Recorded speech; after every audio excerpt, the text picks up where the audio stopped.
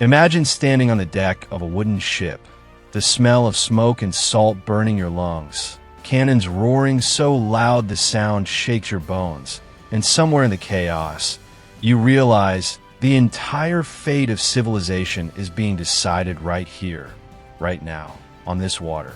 Not in a palace, not in a parliament, on the sea. That is the story of naval warfare. And today, we're going to take you through 5 battles, just 5, that didn't just change the outcome of a war.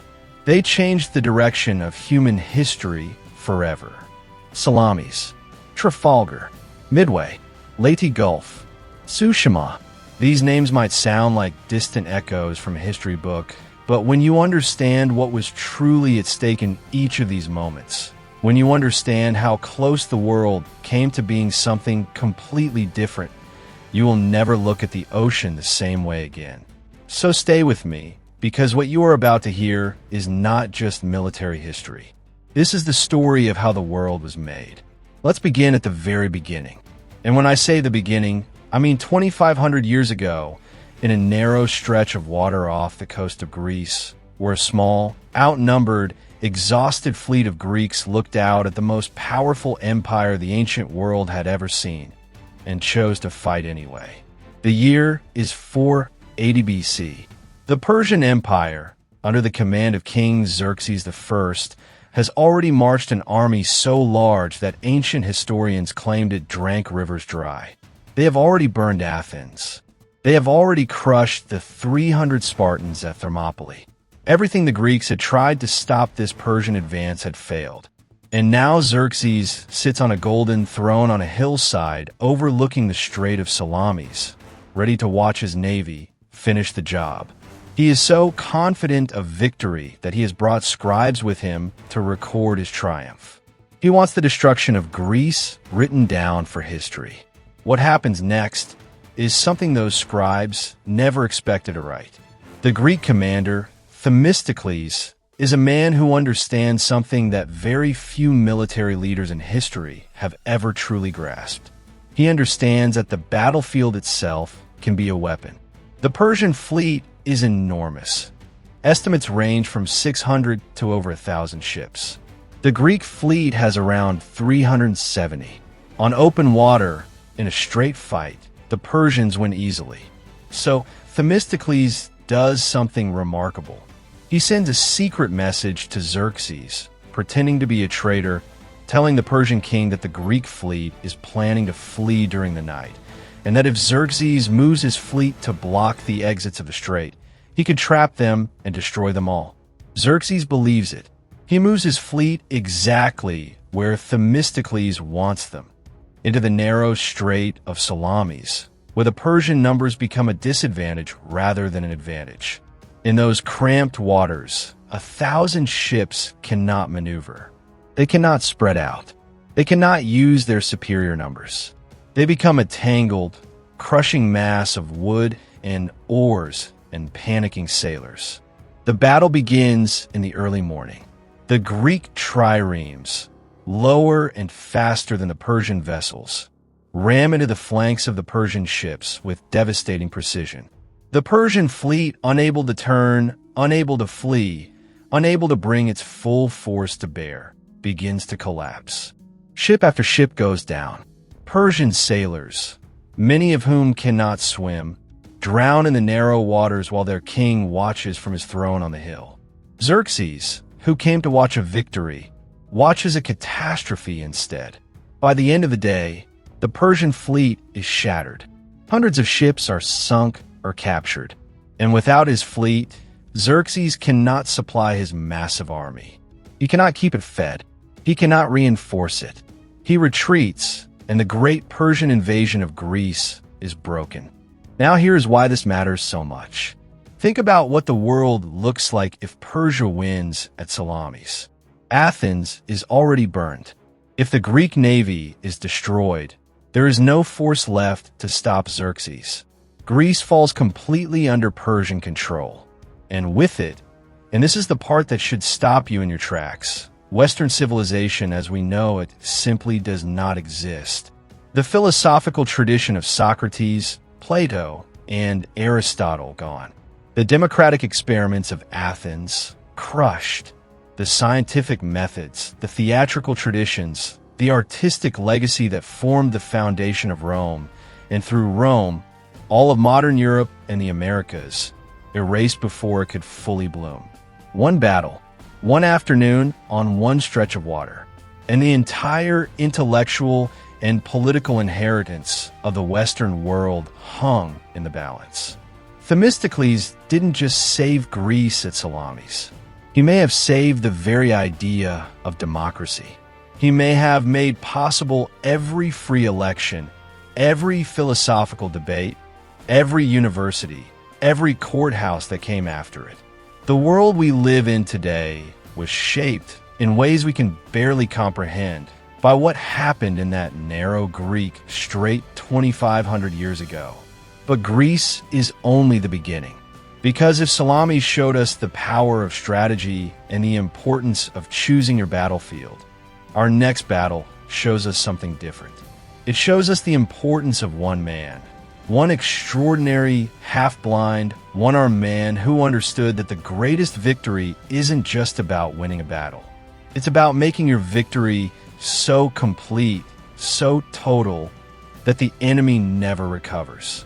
We are moving forward in time now, forward almost 2,300 years, to the year 1805, to a stretch of water off the southwestern coast of Spain, near a cape called Trafalgar. And we are watching the collision of two of the greatest naval powers the modern world had ever produced, Britain and the combined fleets of France and Spain. And standing at the center of it all is a man who is, without question, one of the most brilliant and most beloved military commanders in all of human history. Vice Admiral Horatio Nelson. Nelson in 1805 is already a legend. He has already lost the sight in his right eye. He has already lost his right arm at the Battle of Tenerife. He wears his decorations on his left chest, the side that faces the enemy, because he says he wants the enemy to know who they are fighting. He is 52 years old, small in stature, plagued by seasickness for much of his career, and adored by every sailor who has ever served under him.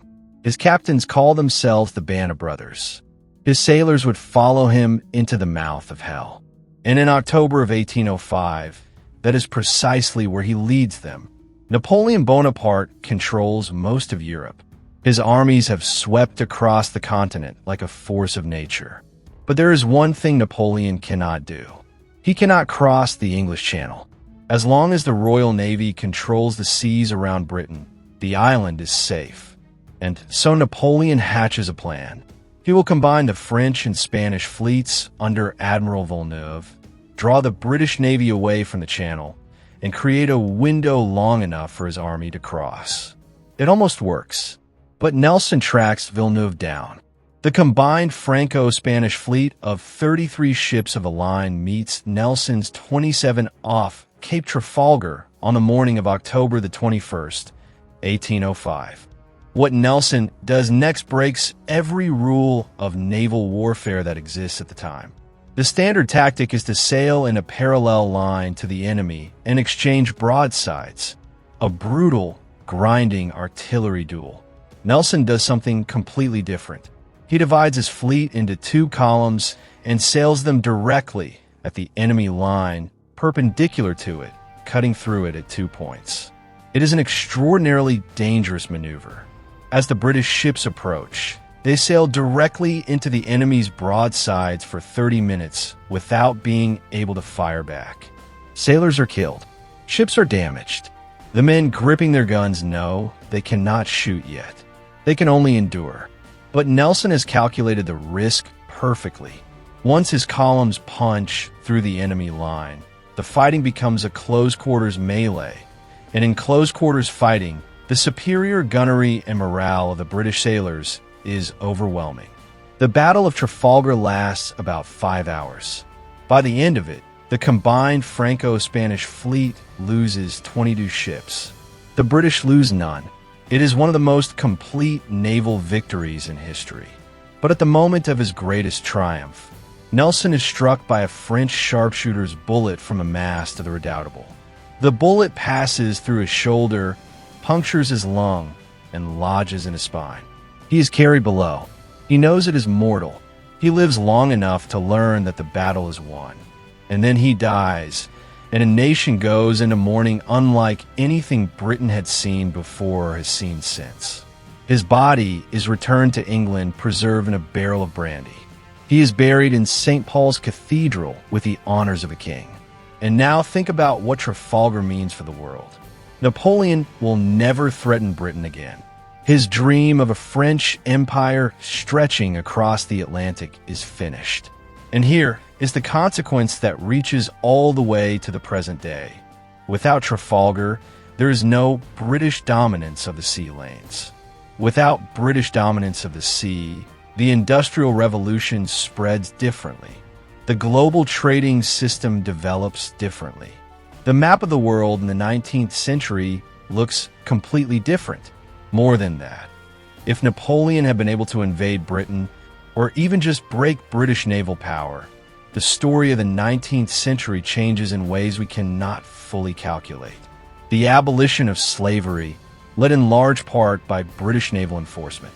The spread of parliamentary democracy as a model for governance. The shape of the modern world economy. All of it flows, in some part, from that afternoon off the coast of Spain, when 27 British ships sailed straight into the guns of 33 and came out having lost none. Nelson gave his life for that victory, and the world he shaped by giving it is, in many ways, still the world we live in today. We move now into the 20th century, and if Salamis was about strategy and Trafalgar was about brilliance, our third battle is about something even more fragile and even more precious. It is about intelligence, about knowing what your enemy is going to do before he does it, about turning certain defeat into improbable victory through the most unlikely combination of code-breaking, bravery, and pure luck. We're going to the Pacific Ocean. The year is 1942. The Japanese Empire is at the height of its power.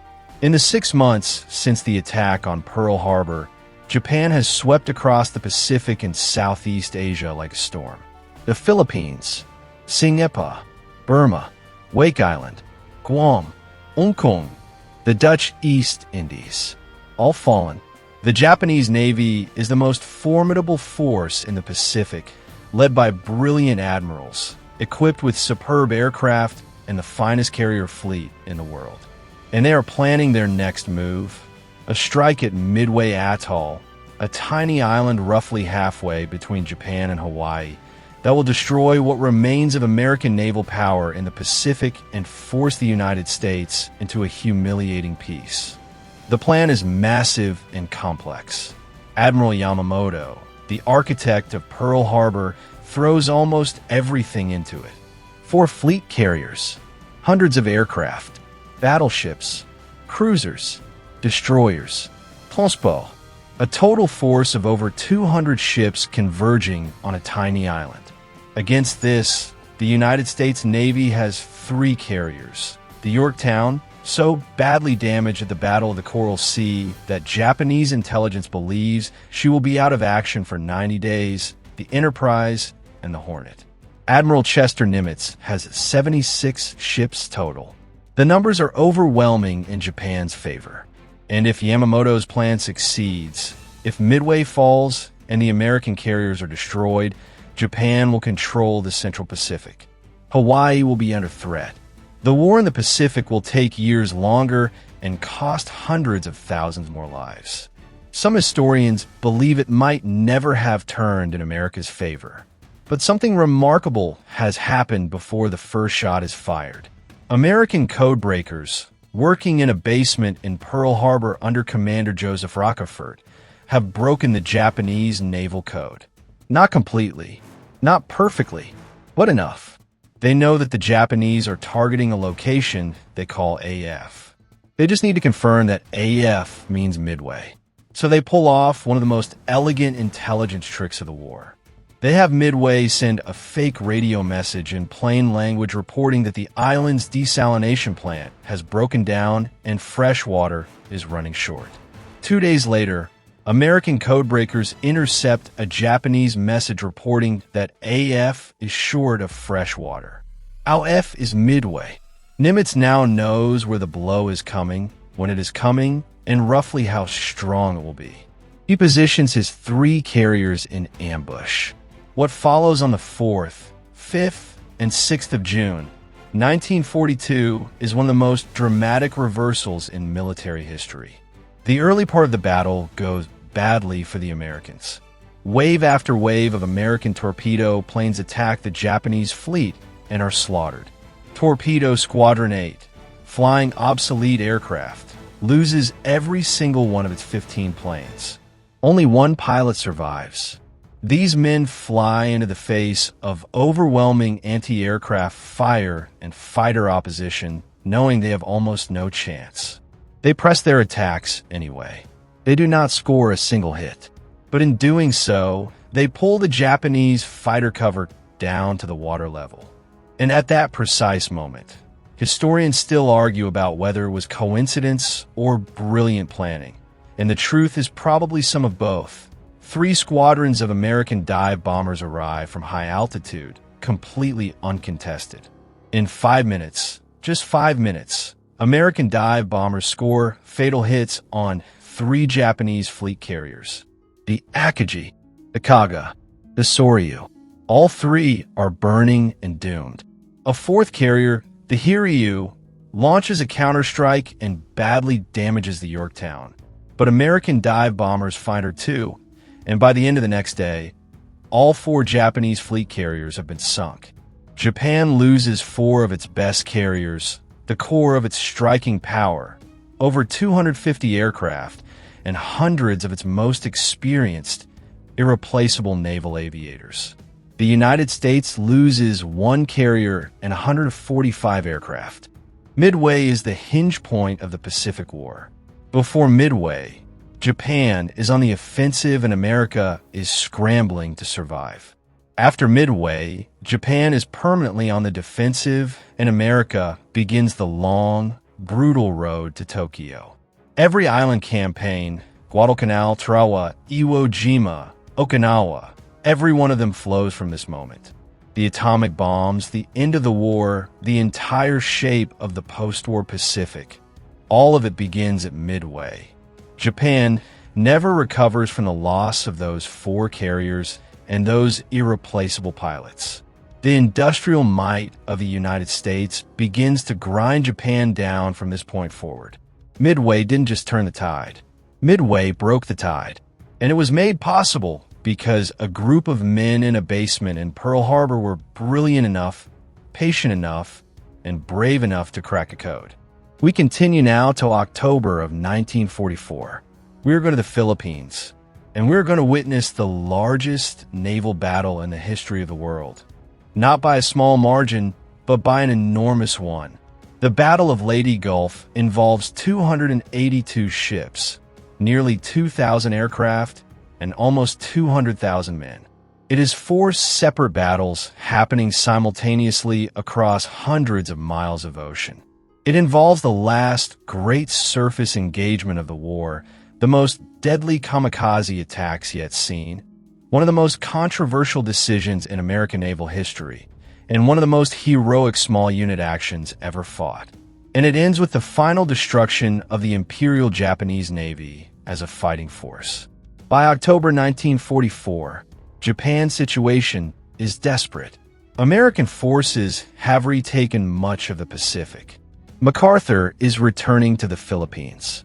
The Japanese High Command knows that if the Philippines fall, the supply lines from the southern resource zones, the oil, the rubber, the metals that keep Japan's war machine running, will be cut. Japan will be strangled. The war will be lost. So they devise one last massive gamble. Operation Shogo. Send everything, every available battleship, cruiser, carrier, and destroyer. Converge on Leyte Gulf from multiple directions. Destroy the American invasion fleet. Break the American supply lines.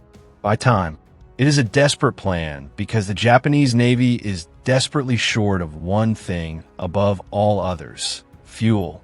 Some ships barely have enough to make the round trip.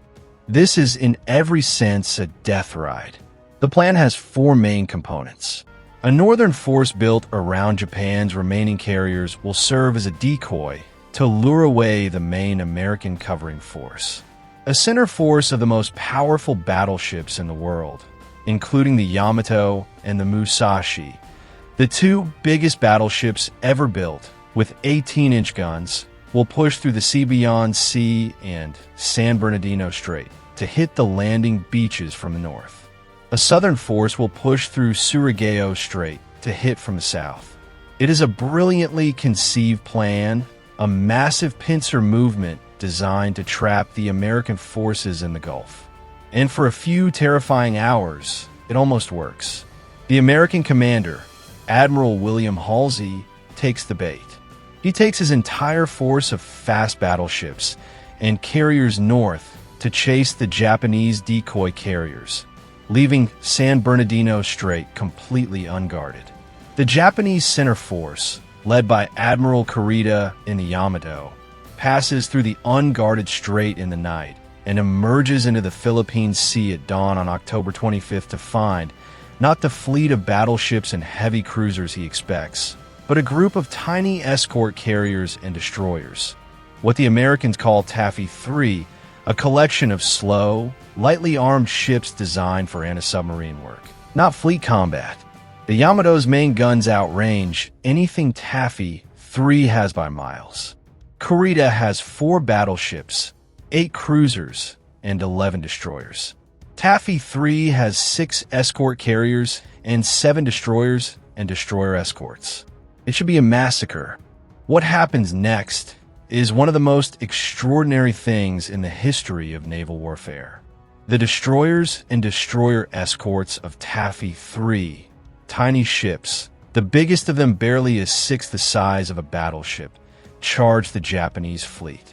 Not retreat, charge. They make smoke. They fire torpedoes.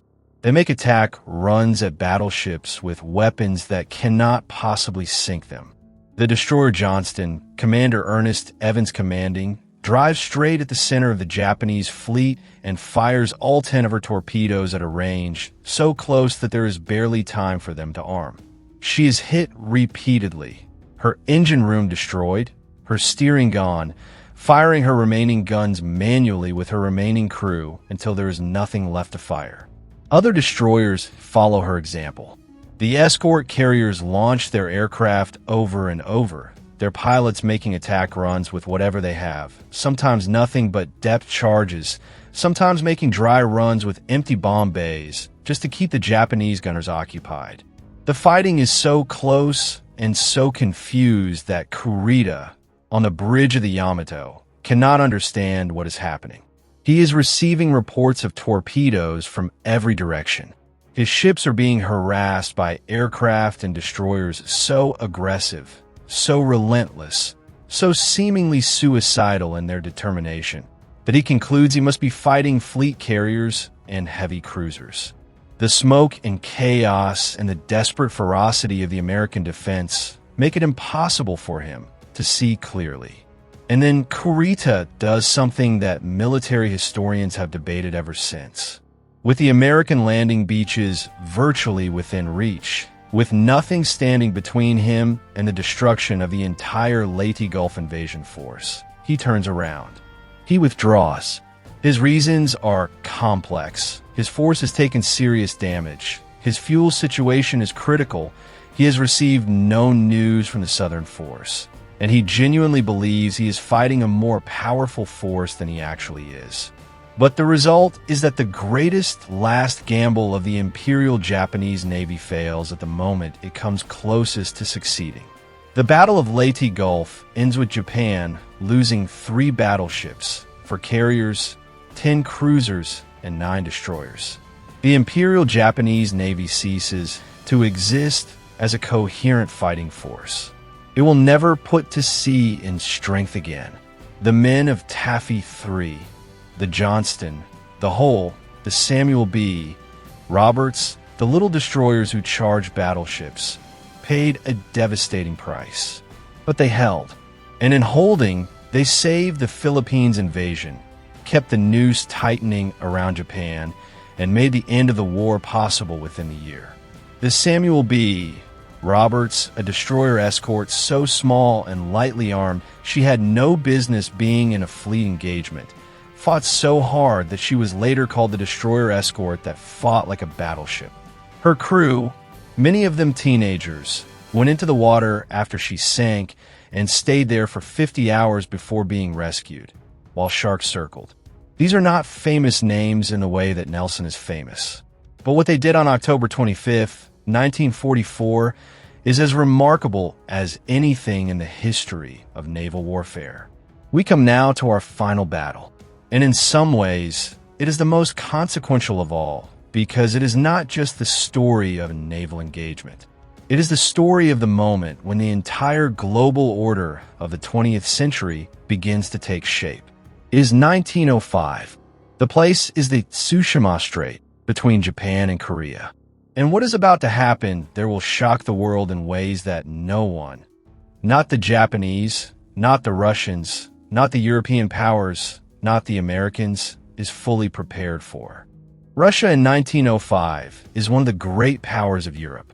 The Tsar's empire stretches from Poland to the Pacific. It has an enormous army. It has a massive fleet. It is, by every external measure, one of the most powerful nations on Earth.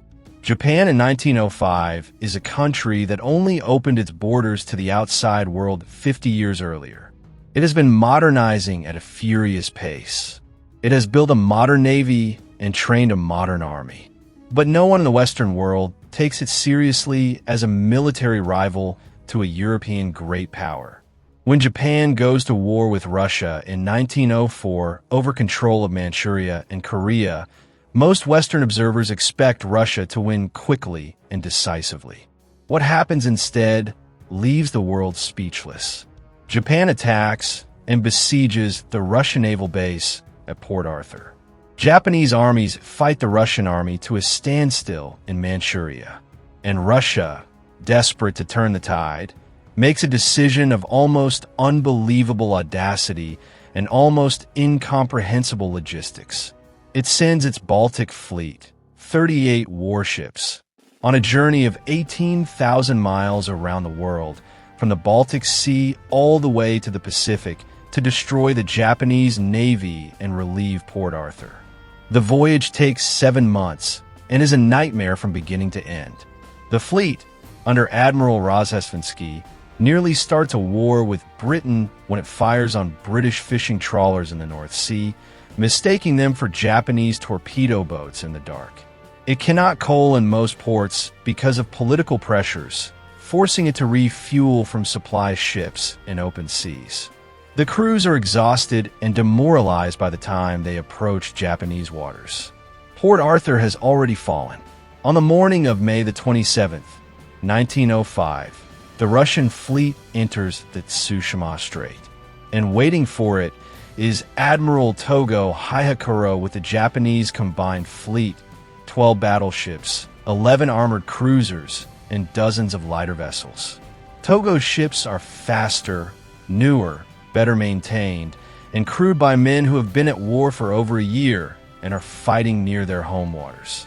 The Russian ships are slow, poorly maintained, crewed by exhausted men who have been at sea for 7 months and many of whom have never been in battle.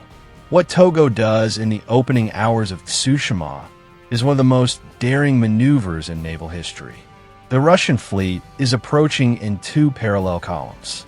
Togo turns his fleet in full view of the Russian guns, executing a complete 180-degree turn across the front of the Russian line. What is called crossing the T, placing his ships in a position where all their guns can fire while the Russians can only fire with their forward guns. For several minutes, his flagship Mikasa is exposed and takes heavy fire. But the turn is completed. The Japanese guns are brought to bear, and the result is devastating. The Russian fleet, slower and less accurate, is hammered to pieces. The new Japanese shells, filled with a highly explosive compound called Shermo's powder, cause catastrophic fires. Russian ships begin to sink or burn. Rozhesvinsky is wounded on his bridge. Command passes from officer to officer as senior men are killed or disabled. The Battle of Tsushima lasts 2 days. By the time it is over, the Russian fleet has been virtually annihilated. Of the 38 Russian ships that entered the strait, 21 are sunk, 7 are captured, 6 are interned, and only 3 reach their destination at Vladivostok. Japan loses 3 torpedo boats. It is the most one-sided naval victory of the modern era. Nothing in modern naval history comes close to this level of destruction on one side compared to the other. And now think about what Tsushima means. Think carefully. Japan, an Asian nation, has just destroyed the fleet of a major European power. In 1905, this is almost incomprehensible to the Western world. The European powers have spent centuries telling themselves and the rest of the world that European military and industrial superiority is innate, is natural, is permanent. Japan has just proved that to be a lie. The reverberations travel around the world at the speed of telegraph wires. In India, independence activists take notice.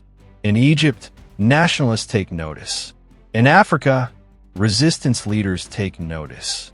Tsushima is the moment when colonized peoples around the world begin to believe, really believe, that European dominance is not inevitable.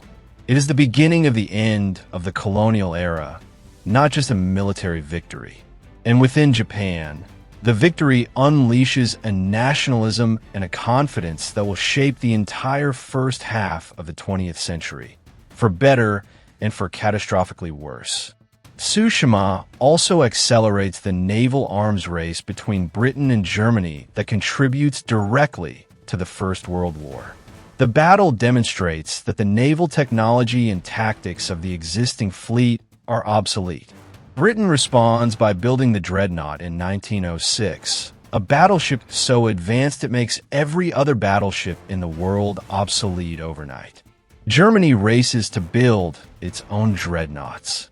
The naval arms race between Britain and Germany becomes one of the tensions that push Europe toward the catastrophe of 1914. The ripples from those guns in the Tsushima Strait spread forward through time in ways that the admirals firing them could never have imagined. So we have traveled 2,500 years, from the narrow waters of Salamis, where a clever Greek commander lured the Persian fleet to its doom, to the Cape of Trafalgar, where a one-armed British admiral gave his life to save his country and shape the world, to the tiny atoll of Midway, where codebreakers and dive bombers turned the tide of the Pacific War in 5 minutes, to the Philippine Sea, where small ships charged battleships and held a line that should never have held, to the Tsushima Strait, where a Japanese admiral turned the entire world order on its head in 2 days. What do these 5 battles have in common? They are all moments where history balanced on a knife edge. Moments where if one thing had gone differently, if Xerxes had been more cautious, if Nelson had survived, if Rockefort had been wrong about AF, if Kurita had pressed forward, if Rozhesvinsky's shells had been better, the world would be fundamentally different today. Naval history is not just the story of ships and guns and tactics. It is the story of the moments when the future was decided by what happened on the water. Because for most of human history, whoever controlled the sea controlled everything. The trade routes, the supply lines, the ability to project power, the capacity to defend coastlines and project force. The sea is not just a highway. The sea is a battlefield where civilizations are won and lost. And there is something else these battles teach us. They teach us about human beings under pressure. About Themistocles, who understood that the mind is a weapon as powerful as any ship. About Nelson, who understood that the greatest victories require the willingness to accept terrible personal risk. About the codebreakers in the basement in Pearl Harbor, who understood that information is the most powerful weapon of all. About the destroyermen of Taffy 3, who understood that sometimes the only option is to attack, even when you should have no chance. About Togo, who understood that preparation and discipline practiced for years produce results that seem almost miraculous when the moment finally comes.